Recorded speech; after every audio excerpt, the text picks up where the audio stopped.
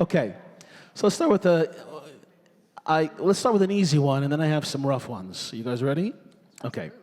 How can parents introduce Catholic values to young children in a way that is engaging and meaningful? So whoever wants to shoot away can kind of shoot away.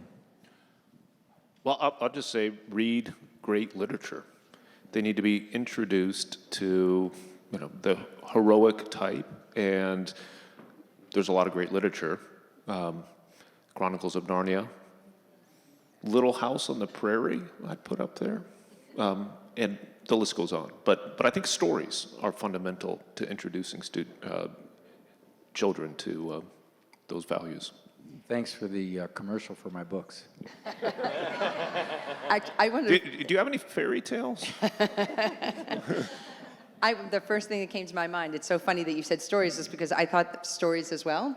But I thought, my first thought was stories from your own life. Whether they're your successes or your failures, or I think that how Jesus spoke in parables, right? Jesus told stories a lot, and I think that there's a reason for that, because it's not pointing at your kids and saying, this is what you should do, but telling them those stories, and I think they're very powerful. I remember sitting around the kitchen table and my father telling us stories from his childhood, and they always had, and they were so interesting, because he grew up without a TV and things like that. Like Father said, you're amazed, but they were he was very subtly weaving in lessons. And I feel like those lessons of our faith are best told, especially when you're witnessing, giving a witness, but it's your own life to your children. Okay. Ray of Hope, we do a lot of retreats and events, and often when we do confirmation retreats, we get the kids all pumped up, really excited, and they're kind of on a high. They're on a spiritual high, and then we say to them at the end of the retreat, and our team members could witness to this. We say, hey, you guys got to go to church, and they'll look at me like, well, we don't go to church. And I'm saying, why don't you go to church? He goes, we don't drive. I said, what do you mean? Our parents don't take us to church.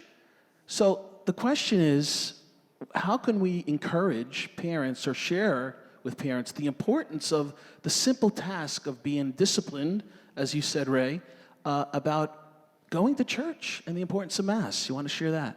They did a study, and they found that if neither parent takes a kid to church, odds of the kid being in church when he's an adult is about 20%.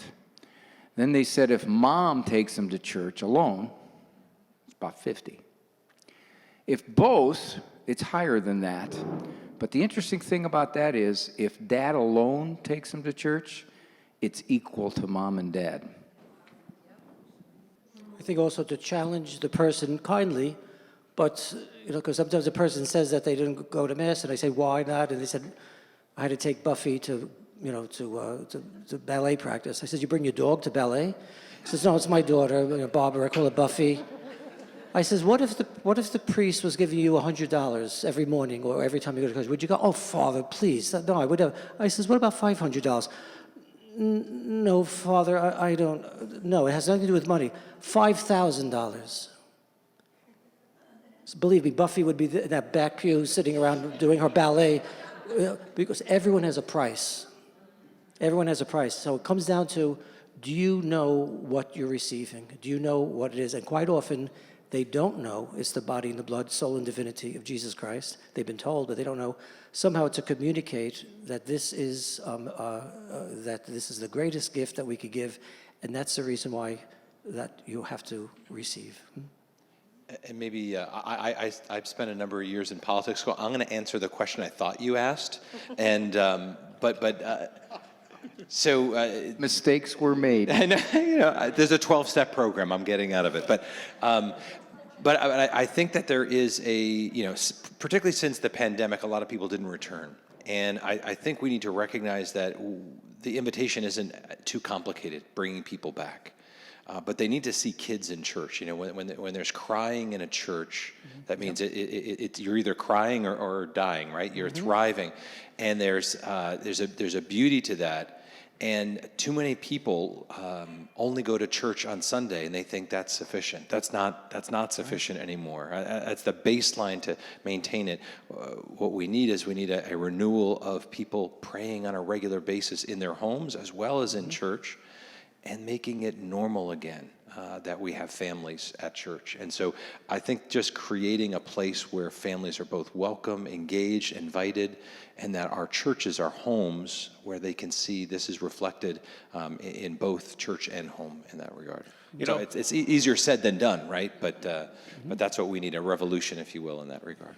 I mean, the point that Dr. Ray was making is a significant one, right? Fathers need to step up here. I would suggest for kids who are within 5 miles of a church, they could be encouraged to go on their own. And talk about shaming their fathers. If they're finding a way to get to church, or they talk to a friend and they get to church. So if you're working with middle school kids, high school kids who don't drive yet, I would actually encourage you to encourage them to find a way. Get on a bike, take a bus, and they may be the vehicle of their parents coming back around. Mm-hmm. You forced me to go to church, and that's why I don't go now. Don't be bullied by that one. It's not even in the top 10 reasons kids leave. It's one to make you feel guilty, but it doesn't talk straight. That's just a bully line. So don't ever get pushed around by that one, and don't ever fear that your 16-year-old is going to puke up religion because you made her go to church. What advice would you give parents who feel unequipped to answer their children's Catholic questions? Often, to share, sometimes I've spoken to young couples where they're trying to be good Catholics, but they just don't have the formation or the catechesis themselves, and they don't want to feel stupid in front of their kids when their kids are getting older and asking provocative, interesting, challenging questions. What advice would you give a young parent regarding that? It looks like Dr. Dave has an answer. I would just say, get equipped. And that sounds really kind of like to the point, but there's a lot of material out there to help you to learn about the faith that you don't know, right? And there's no greater motivation or inspiration than your kids. So I would direct them to great resources that would help them to do that. Yeah, I mean, certainly you want to get equipped. Totally agree. I would say I'm pretty well equipped to wrestle with a lot of questions. I sometimes don't know the answer, and I think you still ought to invite the questions, and it's really a powerful witness to your son or your daughter, a student in a class, to say, I'm not sure. Let me go and investigate that. You want to help me, and you work on things together. So I would just encourage all parents. You don't have to be a know-it-all to engage your children in serious conversations, and don't be afraid to say, I'm not sure what the answer to that is. I'm going to give Dr. Dave a call, or whatever. But that's a powerful witness. Yeah, and I just want to add to that. I think it's definitely right on, because sometimes what happens is that there's a connection with your child because you're on the same. They feel like there's a connection regarding, well, Dad doesn't know either, but he's humbling himself to say, I'm going to find out. That's a great question. It's encouraging to them to hear that, right? It makes that bond, and then you come back with the answer, and the conversation just grows. So it's really, really powerful. And just to add, building on that part, the other idea too is that particularly as they're in their teen years, our goal isn't that we're just feeding them answers, but that we're actually empowering them and wanting them to take full ownership. So the more that we can even direct the conversations, Pat Madrid, if anyone's familiar with him, he had to, as a teenager, come up with the answers. And it led to him actually believing in the faith even more. And so if there are ways that we can provoke questions even, that stimulate something inside of them, so they're beginning a hunger and a longing. Sometimes if we just simply give the pat answer and send them on their merry way, they haven't made it their own. And I think we need to be, particularly in the teen years, engaging in such a way where we're respecting them, giving them freedom, but really planting the deeper seed so that they can own it, that they can make it their own, because there's something powerful about when you say, okay, that's a great question. Let's go find the answer and let's talk about it. Let's not lose this as a conversation. If I'm at the dinner table and if my kids are asking questions, I'm not nervous. I am jumping out of my chair excited. I am like, you're asking questions? Like, you care about this? Oh my gosh. Whoa, who cares if I don't know the answer?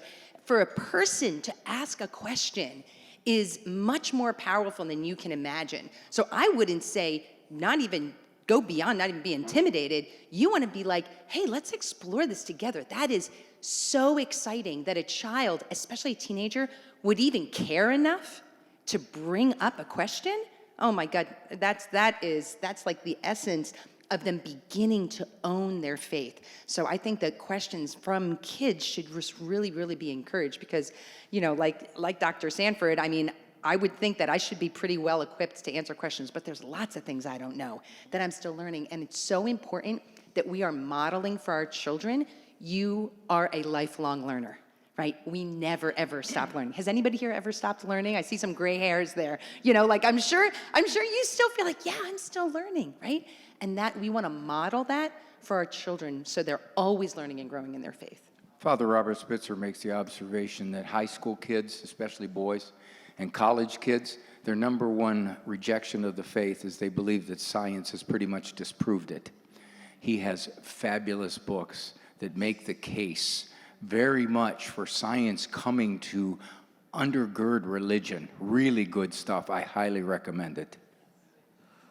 What strategies would you recommend for incorporating Catholic values into everyday family life, such as during meals, holidays, leisure activities? You guys are both smiling.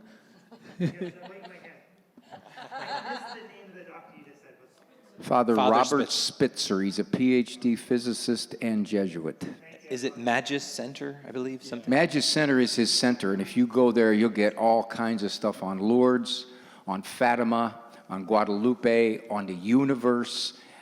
Here's an interesting statistic, might surprise you. The younger scientists, as a percentage, are more believers than the older ones. Sorry. Okay, so back to Mario's question about incorporating this. We do love, and our talk had a lot to do with family culture. I think there's something so great about making these traditions and incorporating them. First, you can look at what you had growing up. Are there things that you want to bring forward? Because it connects our kids, it connects our grandkids with the timeless generations. There's so much that we have lost and become kind of bifurcated, or that we come along and then we're disconnected from anything of our past. As Catholics, we have a wealth to tap into. Even if you didn't have it in your own family, we have a spiritual family in the Catholic Church that has so many beautiful traditions. Whether it be that we celebrate these feast days on Our Lady of Guadalupe, or you have we're coming up into Lent, right? What can we do? Is there something from even your cultural celebration that are religious? There's something beautiful about making it tangible, particularly for young kids. They'll remember things. I don't believe in bribery, but connecting earthly goods like donuts with Mass is a good thing. Like you're taking something, an earthly good, and tying it to a spiritual good. And for young kids to be like, oh yeah, we always have this special cake. Oh, we always have this. We do, like a friend of ours would say, hey guys, we're gonna pray a decade of the Rosary, and then we're gonna make brownies. And everyone's like, yeah. And we've got to realize that there's something. We were made as not just pure spirits. We're a body-soul composite. And for our kids, we've got to take and make our family culture something that's attractive, something that they're like, I want to be a part of that. That's what I think is easy to lean into that for our family culture. I would just add to that, and donuts on Sunday, huge advantage. Our Lord tells us in the Ten Commandments about the significance of the Sabbath, and I would just encourage everyone to start there. I mean, I'm sure everyone or nearly everyone in this room is faithful to Mass on Sunday, but is your Sunday truly a Sabbath through and through? And you have to say no to some things with your kids. Our kids tend to be very involved in athletics. They had all kinds of invitations to be part of Sunday travel teams, weekend travel teams. And a long time ago, we just said, no. Rebecca and I decided this is not something we were going to do. And maybe it would disadvantage their progress in the sport. So what? And that's really blossomed over the years. We'll be married 30 years this summer, and Sunday's the day where our adult kids are connecting with us if they live away or coming and visiting with us. It's a day set aside for the Lord. So there are lots of additional things you can do, but start with the day that God said you need to set aside and make holy and sanctify it with family time. I won't mow the grass on Sunday. That's my wife's job. I actually enjoy mowing the grass. That's not work then? We got the riding mower, you big sissy. I don't have the riding mower. Even getting dressed on Sunday. As a priest, sometimes they go out and it's really bad. The kids it looks like they just got off the playing field and this, that, and I mean, if you were going to see, you're going to see the vicar of Christ, you're going to see the Pope, you're going to dress up. No, you're going to go to Christ's house and you're not dressed up. So even getting dressed up on Sunday, even if it's just you and there's no one else, is to be wearing something that's dignified and having a special meal on that day, putting some candles out or whatever like that, is making the Sunday. Once again, we have to reclaim our Catholic roots because they have just been worn away, and we have to do our best to. And people might sort of say, "Well, what are you wearing a tie for, or what are you getting dressed up?" It's like today's Sunday, you know. One thing to just throw into is you're like thinking, and maybe people are thinking of ideas. What can we do? It's really great to get the kids involved, especially your older children, of asking them, how would you like to celebrate, this tradition, this feast day? What would you guys want to do on Sundays? Because sometimes in our family culture, we parents think that we have to kind of come down from on high, where a really authentic culture, no matter where it is going to also have a grassroots element as well. And so it's great for you to elicit from them so they have ownership of that, and even put them in charge of things. Okay, you're in charge of the dessert, you're in charge of the game, and have them have ownership of the culture of what you're doing in your family. And then I feel like that they're more likely, especially the older kids, than to tell the little kids, hey, I made this dessert, you're gonna eat it, or we're gonna do this game, have the older kids get that involved with your younger children. Awesome. As a Catholic parent who wants to raise their child with love and in alignment with the Catholic faith is now faced with a child who believes they are transgender, how can they help their child feel loved, valued, and supported in their faith while they are struggling with their gender identity? They're struggling because of confusion. Saw a statistic just recently that age 19 to 27 girls, survey said 40% of them declare themselves LGBTQ. It's social norming is what's happening. You got to do what I do as a shrink. You got to get inside their heads. You got to say, okay, wait a minute. Let's see how this is coming about. What are you watching? Who are you talking to? Why do you think this? What's going on? What is happening is my profession is leading the charge and is basically saying anytime a kid declares this, it's automatic. They're automatically, innately gender confused. That is not so. We're not looking at all the factors involved, and they're huge, by the way. Any phenomenon in psychology where you have 40% of somebody saying, I'm this, that's never been said before, psychologists would immediately go, we got to explore this. We got to find out what's going on. They're totally keeping their hands off. So as parents, and I get this from all kinds of parents now, 20 years ago, none. Now it's in the top 5 of the referrals I get. So as parents, get inside the head, find out what's going on, find out who they're hanging with. Girls are especially social media maneuvered. So get inside it, find out. There's a lot there.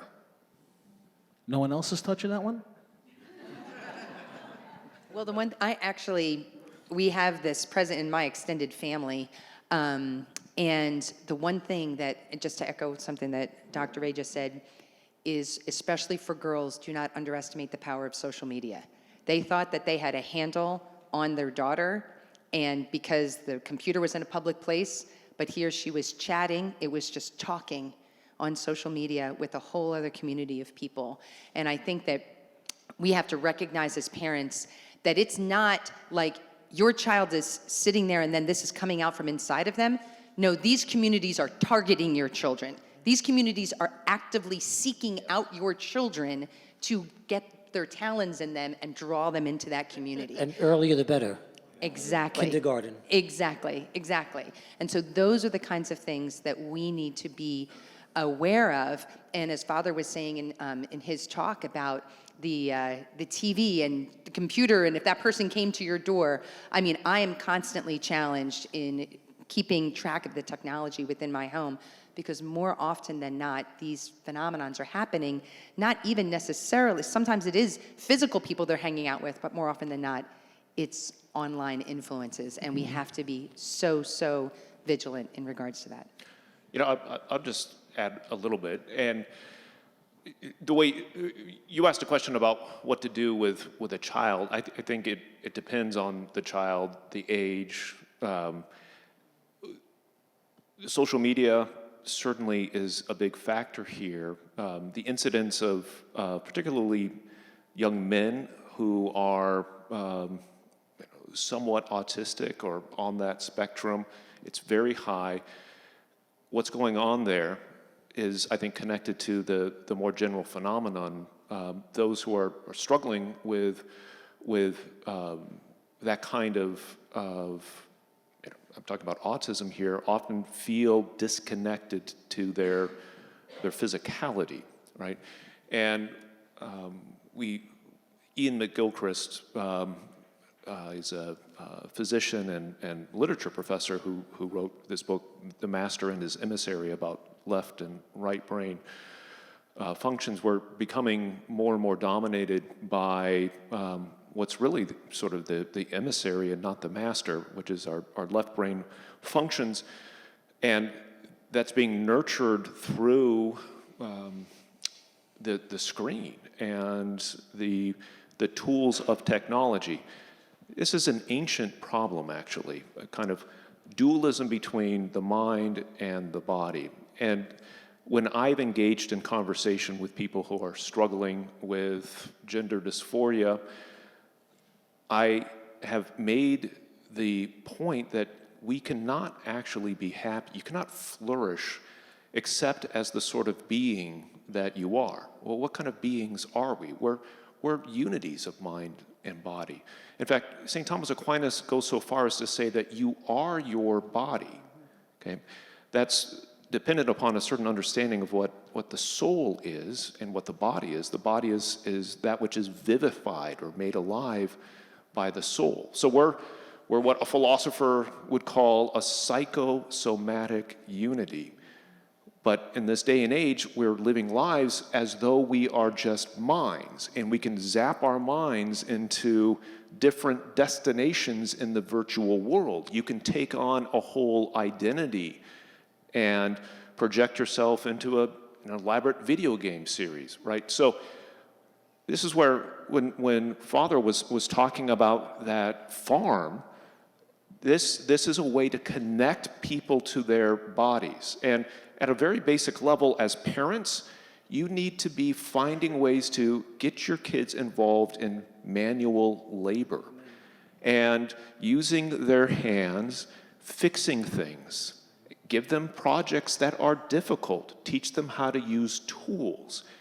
They need to learn with their hands. That's a particular way of learning, and I'm convinced that actually will be a bulwark against the kind of transgender confusion that tends to erupt a little bit later in life, in the mid-teen years, or has been of late. I'll just add a few things. Number one, it's not really a shameless plug because it's free. There's a podcast that I did this year on this very topic. So if you yourself are very interested in learning about gender ideology, about the church's teaching about the human person as a psychosomatic unity, and how all that ties together with the question, can a person be born in the wrong body? It's a short 15-minute video, but I think it'll be helpful to you. So a Reason for Hope podcast, can a person be born in the wrong body? but you're not going to assault your young person with why gender ideology is wrong. So that's not going to be your approach. You're not going to go into a battle that's an intellectual one, because what's really going on, they're just trying to figure out who they are, and that's an old question, right? Who am I? What am I? And they're being inundated by all kinds of confusing messages as answers to that question. And so what I would say is that we need to be strong, but gently strong, because this is a very tender question, and these are often at very tender ages. And so we need to know our stuff, but not so we can get into a intellectual debate, so that we have our own backing, that we can kind of share with them the vision of who they are, that our faith gives us, and even sound philosophy gives us, that we can share with them the glory of that. And the other thing I just add, and this is a subtle little aside, but make a decision that I am never going to lie to my children about who they are. So often you feel this pressure that you have to change your language, you've got to kind of call them by their new name, whatever the case may be. You get a lot of different stuff in that regard. And the only thing that I would say is that you can't deny the truth. And so you have to find a way to do that in a gentle way. And sometimes you just have to say, look, I can't lie to you, so I can't say that you're this, because you're not. But I love you. So And my wife there's a can't way to say do I'm that. sweet. She says I can't lie to you. Well, she Okay. can't lie. She can't lie to She you. can't lie to me, yeah. Yeah, she can't lie to you.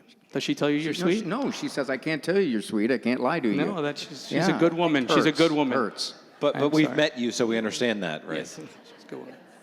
So if that's helpful, I think it's interesting. Jason Everett talks about maybe a middle road you can craft if this is really an obstacle. Can we agree on a name that's not gendered, a nickname that I can call you while you're kind of struggling with whatever it is, so that we can kind of meet in the middle, and then I can do something that's in conscience.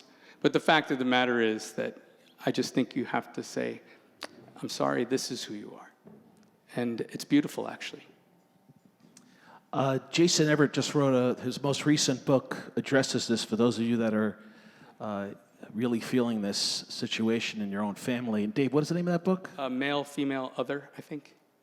So Make a note of that in your It's a good notepads. collection of a lot of data, and approaches. Okay, so at this time, hopefully you're writing some notes. If you have some questions for our panelists, Kevin is going to be passing around a microphone. So if you have a question, raise your hand. Hello. So I have a question regarding fathers going to church. I have a wonderful husband. He's a great father, but he does not go to Mass. He will say grace at dinner, which I really appreciate. And I don't badger him to go to Mass, but every once in a while I'll casually invite him. But how do I do this? How do I get him to go to Mass? If I could mention one thing, sometimes, first of all, it may be a problem with confession. Sometimes if you give a parish mission, I tell people, you know what, if you have not been to confession in 50 years, you only have 5 minutes in the confessional. It's 40 years, I'm only going to give you 4 minutes. 30 years, only 3 minutes, that's it. The reason is a person may not go to confession for 50 or maybe 60 years is because of one lousy, stupid sin that they committed when they were adolescents or they did something. They touched their cousin, they did this, they had sex with a chicken, I don't know, whatever. Some inane thing, and they're ashamed. And for men are they don't like being uncomfortable. This is what the Italiani, they don't want to go, they don't know when to stand, they don't want to sit, they don't know what to do. And so rather I'll avoid everything because I'm afraid of showing my weakness and so my ignorance and this and that, so I'm not going to get involved in this. Sometimes it comes down to 1 or 2 sins from many years ago. And that's what has to be dealt with. But I tell the person, even after you've committed the sin, I don't care if it was a murder, do you know what your greatest sin is? is for 50 years, Jesus was like this. For 50 years or 60 years, that's your sin. So confess your lousy, stupid little sin and receive the embrace of the Lord and come to church. I'll show you, because you haven't gone to church in many years. We'll go through it. We'll go to when to stand, when to sit. This, if you want to just sit in the back, that's fine. And you'll be able to receive Holy Communion. It may not be that situation with your husband, but it may be someone else here. Let the kids lead them. If you got older kids, you can say to your husband first, they're asking why you don't go. And then you tell the kids, why do I have to go if Dad doesn't? Some 13-year-old. Why don't you ask Dad that? Why don't you ask it? And then when they say, well, why doesn't Dad go? You can say, God doesn't force anybody to go. I'm doing this for you because I think this is really important. I think your dad's got to come to that eventually. You got to decide whether this is real, no matter what Daddy decides. And this doesn't help you specifically, but I think that men are called to be spiritual leaders in their home because it isn't natural for us. I believe there is for many men, they struggle with passivity in general. And when we aren't confident in an area, I'm good at work, I know what I'm doing there, but if I'm not good at spiritual stuff, I'm not going to step into that place. And I don't want to look like a incompetent failure that sometimes, again, not saying your husband, but many men struggle with that inadequacy or the imposter syndrome. And what helped me, I had a prayer life. I was going to church, but I wasn't really leading spiritually in the home. Alicia was doing it. It was more natural for her as a woman and just for who she was. She gave me space. She set the prayers up for Lent or Advent, made it easy for me to come home from work and slide in and lead, and it slowly became more comfortable for me.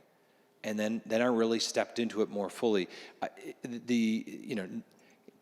Pro tip, nagging never gets anyone to lead spiritually in the home. Because ultimately that's for the good of your marriage, to keep praying for him, to love on him, to be a wife, to be like, wow, my wife loves Jesus and she's loving me like Jesus does. You are the greatest sacramental presence of God to your husband. When you come home from the Eucharist, receiving the Eucharist, be a tabernacle for him. Be as transparent. Work on your heart and your life. Let it shine so that it works as a healing balm that maybe brings him back to confession, that maybe opens up an opportunity. Right? We have all the great historical examples of women particularly who prayed for sons and husbands to come back to the faith. But you can do something that nobody else can by being Jesus for your spouse and loving him only as a wife can. And that's something powerful. And don't underestimate that. Lean into the sacrament. It's not a sacrament because it's just frivolous. This is a life-saving grace. This is a spiritual, sacramental bond between the two of you that is powerful and can overcome this. So don't give up on him. And I want to add one thing, too. Also, find out what his Catholic hang-up is. Take it from someone who had lots of hang-ups. And find that what they are and address them lightly to disprove that his knowledge of what he thinks the Catholic Church to believe is, and find out ways that you can appeal to that disgruntled opinion of the Church. Find a good priest, a good friend who's on fire with the faith, and have him talk to him, Pray to St. Monica, who was the mother of St. Augustine. Prayer is super powerful. Also, that's a very good thing, Mary. Invite the priest over for dinner. Trick him. Not the grumpy Ambush. not the grumpy Monsignor, but and invite them, or for a house blessing. And inform the priest that my husband's not going to church and this and that. If you could, and he'll know how to pitch the ball. And I also think it's important to know. I mean, obviously, you probably know why your husband has reservations. The fact, though, is that sometimes family unity is a really, really great influencer. So not only the question, that is eventually going to come. Why does dad not go to church? Which I think is like, maybe he's not uncomfortable answering that question. The fact remains that sometimes saying, well, I think this is important for us to be together as a family doing this. You know, like you don't have to do a lot while you're there, but just can you be present with us when we're together so we're together? I think that could be something that appeals to a man. You know, I think that might be a way in. Listen, a lot of people have gone through RCIA and now OCIA, which just means you had to change all the letterhead. You know, just because they were getting married in the church, and they weren't necessarily all in and all on board. They did it because they wanted to get married in the church. Their spouse wanted to get married in the church. They're Catholic, and they wanted a togetherness there. But then it's funny, eventually over time, you find that those people do grow in their faith and become real strong leaders in their home. And so you can't underestimate the power of grace, you know, and there will be grace that works on him even when he's present at Mass. And he might not even be aware of what's going on. It's the silent, quiet, slow work of God. Right here.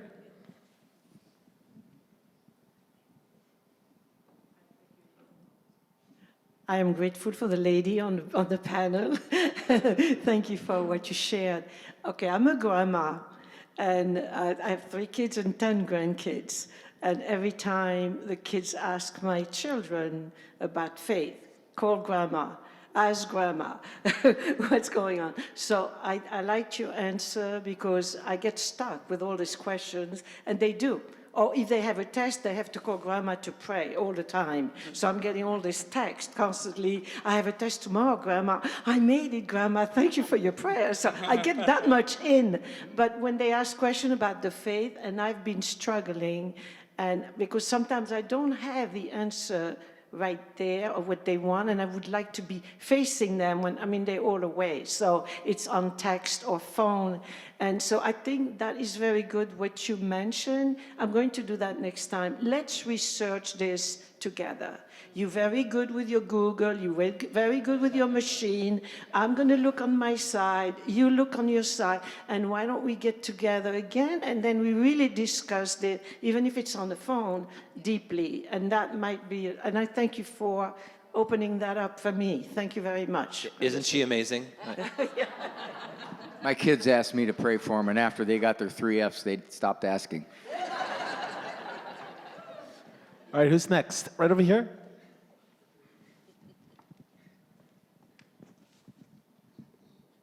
Hi. That was a good question for the first question. I am that husband. She signed me up for a Bible study, and that was it. So, my question is related to that question. So, I'm a catechist, and this question actually came up from a meeting, which is catechist leader in Trenton. How do you deal, or what's the idea or approach for when a kid's family is split?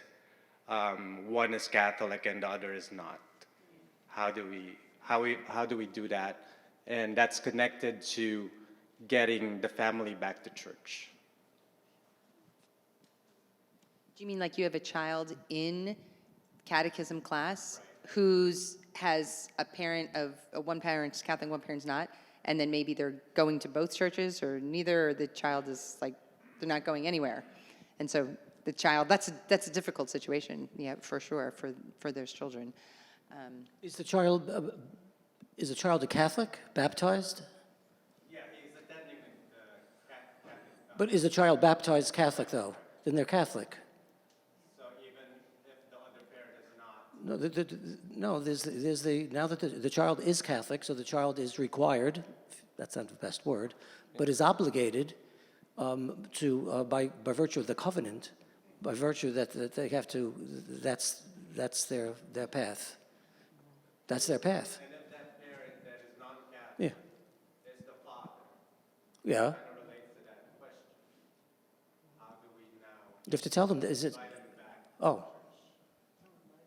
That could be difficult. Yes. Like, I think that could be difficult. The two options. Obviously, you're not going to force somebody against their conscience to go to a Catholic Mass who's not Catholic. On the other hand, it would depend on to what degree they're very invested in whatever religion they are. So an invitation could be a good thing. There's nothing that says that a non-Catholic can't go to a Catholic Mass, even if they can't receive communion. And if they're themselves not really, they're technically something else, but they're not really practicing, then again, you could go with the family togetherness angle of everybody going to Mass together.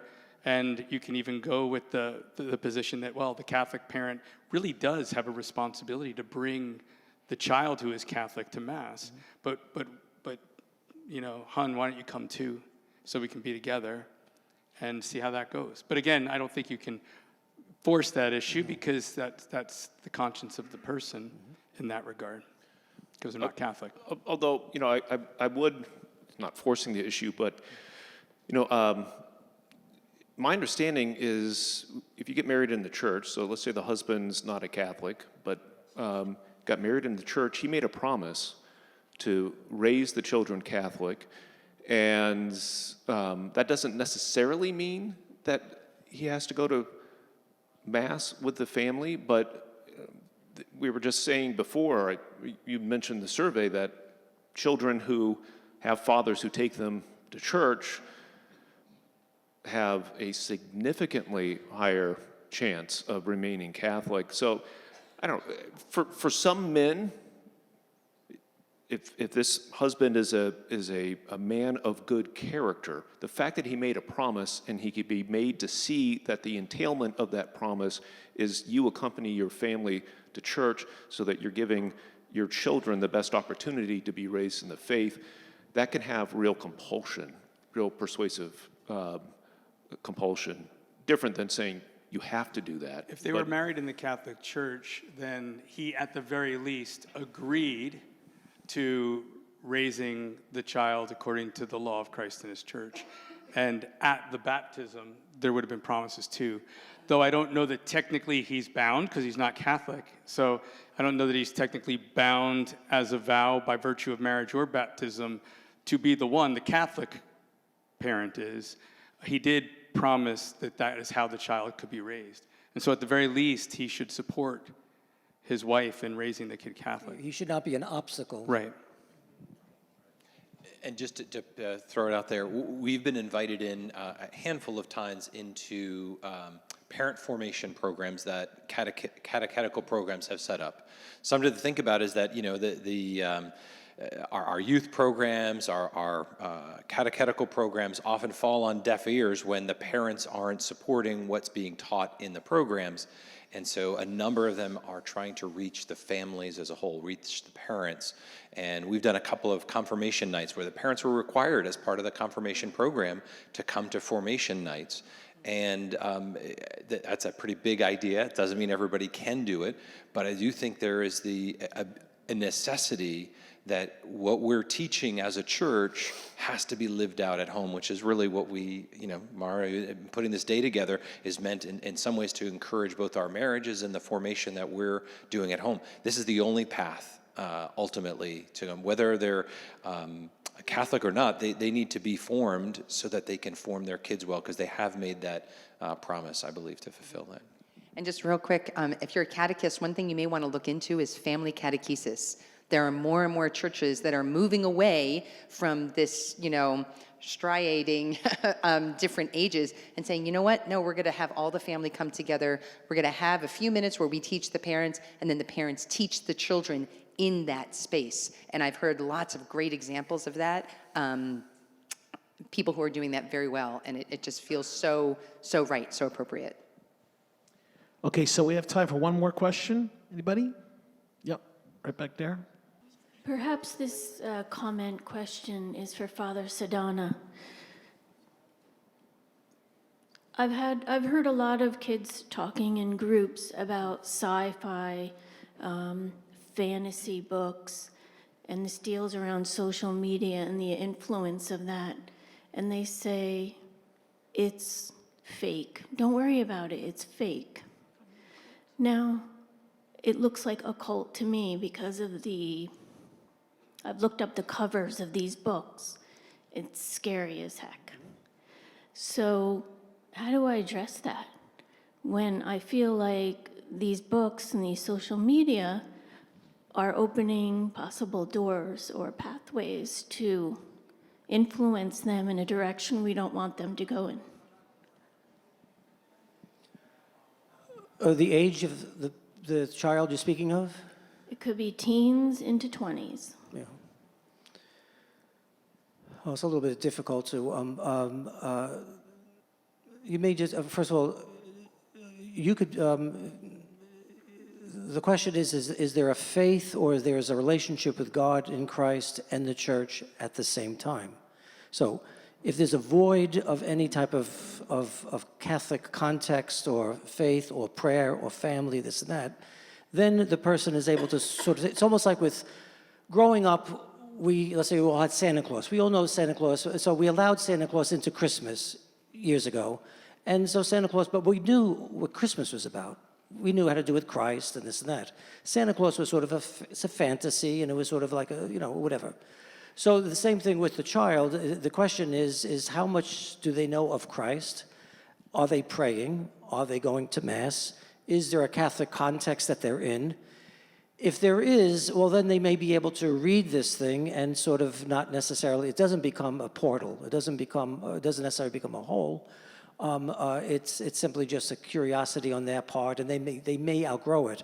You might warn them about it, but the question is if they're void of Catholic context, catechesis, prayer, relationship with God in Christ, and this and that, then you're dealing with you could slide into the occult.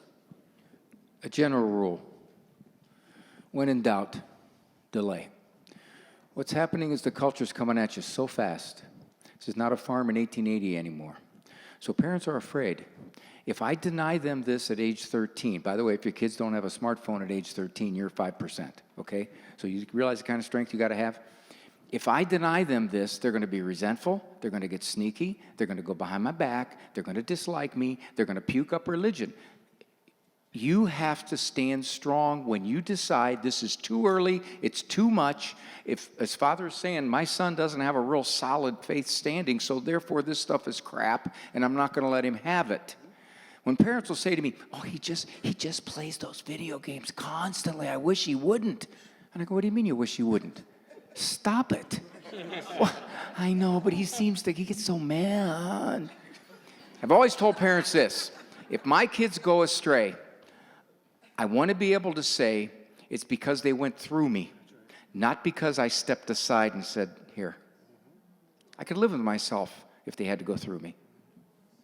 And on some level, that means trusting that though they may not understand your choice in the moment, the day will come when they look back and they do. Right? I thank my parents for a lot of things that at the time I wasn't so thankful for. And I know it sounds a little bit, but to try to even also to introduce them to not simply just fantasy, but very interesting adventures actually of the saints. Saint Ignatius loved romantic novels, and when he was convalescing from a wound, from a battle, he started reading the lives of the saints, and that took care of his imagination. And there's nothing really, I shouldn't say there's nothing, but there's a lot of adventure, interest, especially when it comes to mysticism, Padre Pio. Everyone knows Padre Pio, you know what I mean? The saints had levitated. Not that you necessarily have to give only mystical people like John Bosco, but a lot of saints had very, very interesting things that are engaging to young people. And so maybe to replace that, or to at least introduce some real Catholic, adventurous and interesting and engaging novels or videos or just knowledge of some of these people who they don't even know existed, and they do exist. But do the research on whatever it is you're concerned about. Right. And then if you're saying I'm gonna look at this, I'm gonna think about this, and you're gonna say, like, I don't think this is good for you, at least not now, then just stand by the decision you make. And they're gonna fight you, probably. and so be it. So just stick by it and stay strong. It'll be okay. Okay, so before we end the afternoon, there's a couple more things that we're going to do. But regardless of where you guys are in your family development, Dave pointed this out, you know, we're always planting seeds of grace. God is always working, and your efforts never go in vain. God has a plan. So sometimes if we get discouraged or we feel that nothing is happening or it's going in the opposite way, as Dave articulated so beautifully, God is in control. Amen? We just have to have faith, right? And we have to have hope that it will come into fruition in God's time. We may not be here, but in God's time, right? Amen? Right on. Okay, so we're going to ask our panelists to leave the stage, and we're going to go into our next segment.